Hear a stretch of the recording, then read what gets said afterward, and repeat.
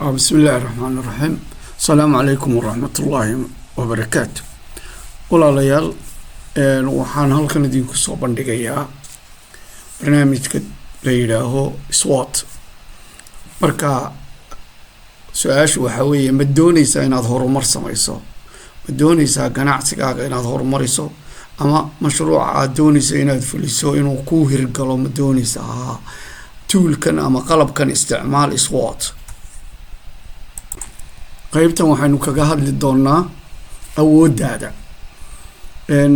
waxyaabaha gudaha aweeye ee ku salaysan ee ku siinaya faa'iido marka la barbar dhigo kuwa kale.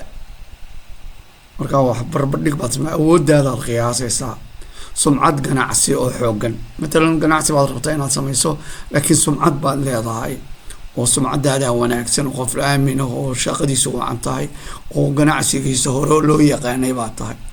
Number 2 shaqaale xirfad leh baa matalan oo ka caawinaya arrintan baad shaqaalaysiisatay waa arrin ku caawinaysa tiknoolajiyada casriga ah ee u dambeeyay inaad isticmaasho internetka ama TikTok ama waxyaalaha inaad xirfad ku leedahay iyo macaamiil daacada inaad hesho. intaasba way ku caawinayaan wanaag. halkan waxaynu kaga hadlaynaa dhinaca aad u liidato ama shirkad ahaw ama qof ahaw ama urur ahaw waxyaabaha gudaha ee ka dhigaya mid daciif ah ama hoos u dhigaya tartanka aad la galayso kuwa kula midka ah. khayraadka ama maalgelinta xadidan dhaqaale kugu filanba ma haysatid.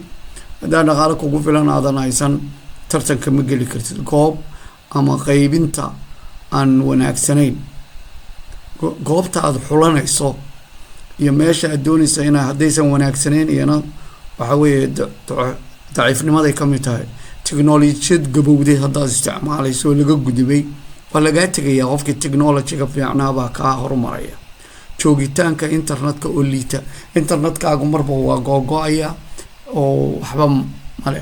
marka waxyaalahaas oo dhan waad xisaabinaysaa intaadan hawl bilaabin. halkana waxaynu kusoo bandhigaynaa fursadaha arrimaha dibadda ee la adeegsan karo si loo koro ama loo horumaro. macnaheedu waxa weeye fursadda inaad ka faa'iidaysato fursadaha aad heli karto. suuqyo soo baxaya matalan suuqyo cusub baa la sameynaya ama la rabo u horumar oo ka faa'iidayso suuqyada cusub ama waxaad ogaatay dhimaan cusub horumar tiknoolajiyadaada iyo xayeysiiskaaga iyo waxa inaad horumariso waa fursad. isbedelka rabitaanka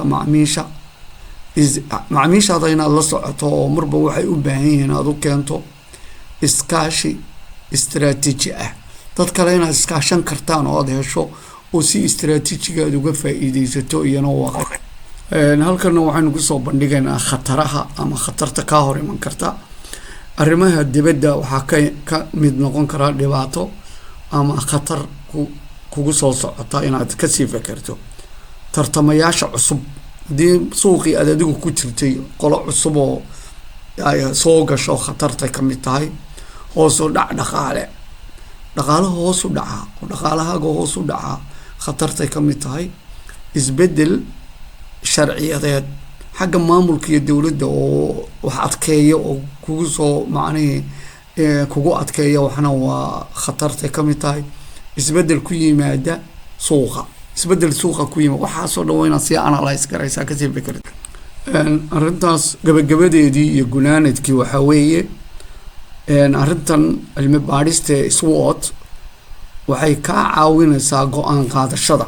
markaad ogow waxaan oo dhan waxaad sii samaynaysaa intaadan go-aan qaadan. macluumaad baad ururinaysaa dhinaca wanaagaaga waad xaggan aad xisaabinaysaa wixii aad u liidataa dhinac baad qoraysaa markaa wixii khatar kugu ah iyo wixii fursado aad helayso. qaadashada iyadoo bixisa sawir cad oo ku saabsan meesha aad taagan tahay iyo istiraatiijiyada ugu habboon ee lagu gaarayo kobac iyo horumar. ujeedada waxaan loo sameynaya waa si aad naftaada u horumariso, shirkadaada u horumariso, ama aad dowladdaada iyo maamulkaaga aad baad ugu mahadsantihiin daawashadiina. waxaan rajeynayaa inaad wax ka faa'iideen. wixii su-aala commentiga kusoo qora oo insha allah waa idinka soo jawaabayaa. fadlan followga, like-ta iyo subscribe-kana ha ka ilaawina insha allah. waana idin salaamayaa, meelaad joogtaan bakhair baan idin rajeynayaa. wassalaamu calaykum waraxmatullaahi wabarakaatu.